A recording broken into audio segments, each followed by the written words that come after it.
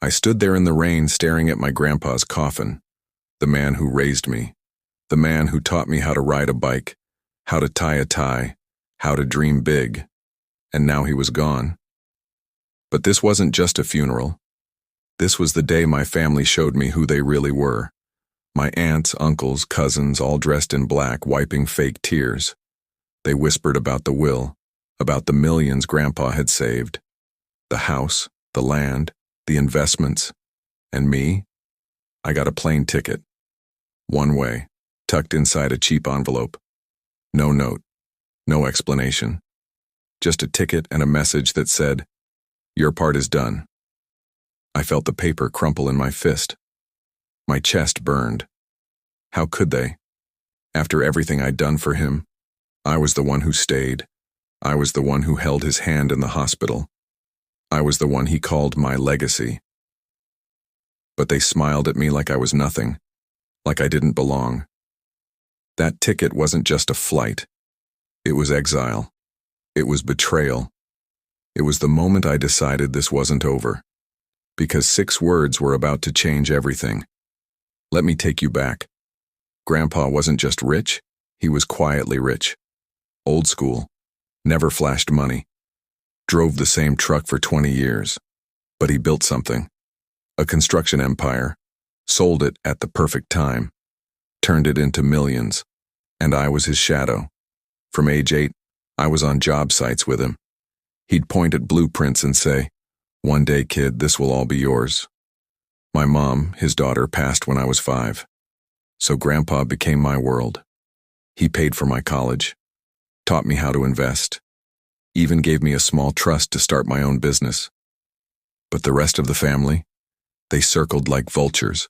Aunt Linda with her fake smiles, Uncle Mark and his gambling debts, Cousin Derek, always borrowing money he never paid back.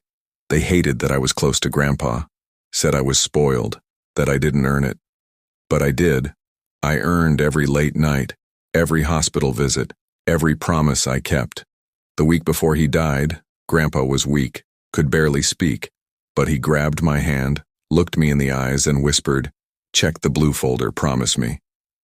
I didn't know what it meant, but I nodded. I promised. Then he slipped away. And the family?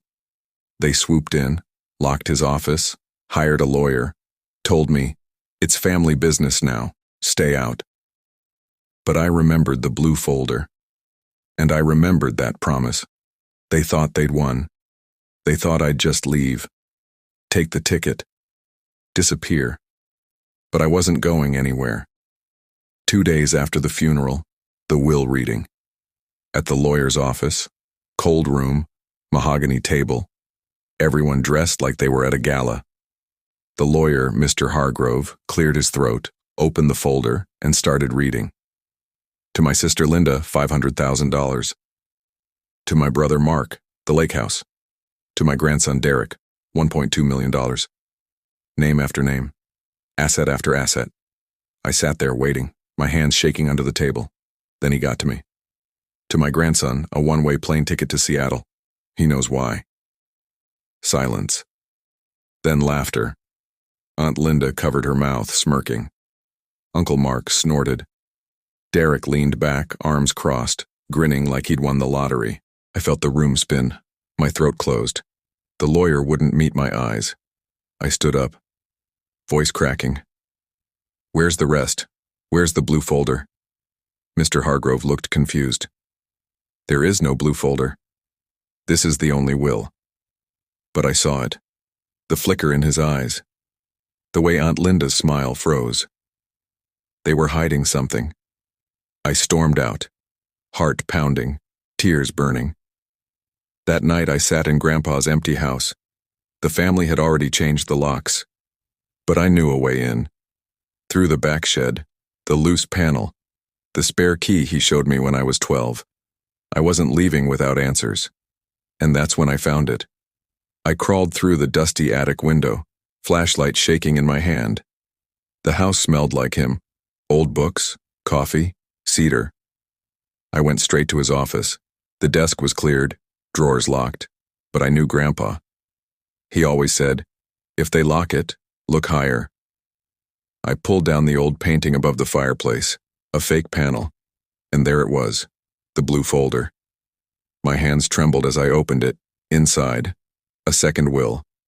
Handwritten, dated 3 days before he died. Signed, witnessed by his nurse and the mailman. I read it, and my world shattered. To my grandson, I leave 80% of my estate. The business accounts, the properties, the offshore investments. He is the only one who ever loved me without wanting something. $47 million. All of it. To me. But there was more. A letter. In Grandpa's shaky handwriting. They'll try to hide this. They forged the first will. Linda paid the lawyer. Mark threatened the nurse. Don't let them win. Fight, kid. You're all I have. I sat on the floor, tears falling on the pages. They didn't just steal from me. They erased me. Like I never existed. But now I had proof. I had the truth. And I had 6 words burning in my mind. They thought they buried me, but I was about to bury them. I didn't sleep that night. I made copies of everything, the real will, the letter, the forged signatures.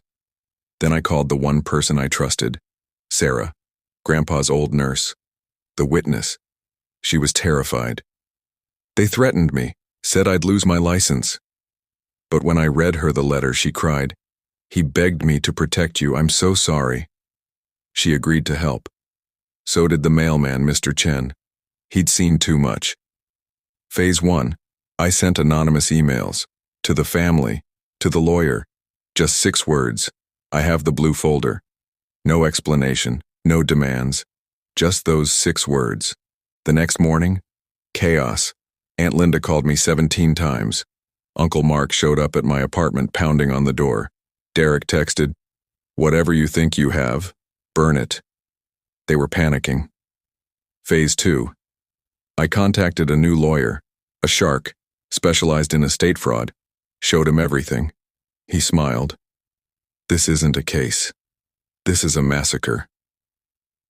We filed emergency motions, froze the accounts, demanded a new reading. The family tried to settle, offered me $500,000 to go away. I laughed. You had your chance. The courtroom was coming. And I was ready. The day of the hearing. Packed courtroom. Reporters in the back. The family sat stone-faced, dressed like they were untouchable. The judge, a no-nonsense woman, opened the file, looked at the forged will, then at the real one. This appears to be a serious case of fraud. Mr. Hargrove, you notarized both documents? The lawyer stammered, sweating. Sarah took the stand. Trembling but strong. They paid me to stay quiet, but I can't anymore. This boy was his heart. Mr. Chen testified next, showed texts from Uncle Mark, threats, bribes. Then I spoke. I didn't yell, I didn't cry. I just told the truth. He wasn't just my grandfather. He was my father, my teacher, my home. And they tried to erase him, erase us. But love doesn't forge. Love doesn't hide. Love fights. I placed the blue folder on the stand, opened it, held up the letter. The judge read it aloud. Every word. Aunt Linda sobbed, real tears this time. Uncle Mark stared at the floor. Derek. He just walked out. The judge ruled in minutes. The second will is valid. All assets transfer immediately. The first will is declared fraudulent. Criminal charges to follow. The gavel slammed. I won. But it didn't feel like winning. It felt like breathing. For the first time in weeks, they thought they'd shut me out. But the truth? It exploded. 3 months later, the money came through. The houses, the accounts, all of it. But I didn't keep it all. I sold the lake house, gave half the proceeds to Sarah. She started a hospice charity in Grandpa's name. I set up a trust for Mr. Chen's grandkids, paid off his mortgage, the family. Aunt Linda lost everything. Uncle Mark filed bankruptcy. Derek vanished.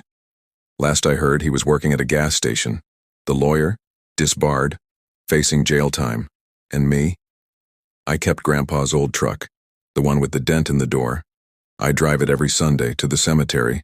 I sit, I talk to him, I started a foundation for kids who lose parents, who get forgotten by family. We've helped 47 kids so far. Grandpa's number. I still have the plane ticket. Framed, on my wall. A reminder. They tried to send me away, but I came back. With the truth. So here's what I learned. Family isn't just blood. It's who shows up, who stays, who keeps promises. Grandpa taught me that. And even in his last breath, he kept his. If you're watching this and someone's trying to push you out, erase you, steal what's yours, don't take the ticket. Fight. With truth, with proof, with love. Because the people who betray you, they're counting on you giving up. But you're stronger than they know. Grandpa's gone, but his voice still guides me. Every day. And if you're feeling lost, remember the blue folder. Your truth is out there, waiting. Find it, hold it, and never let go.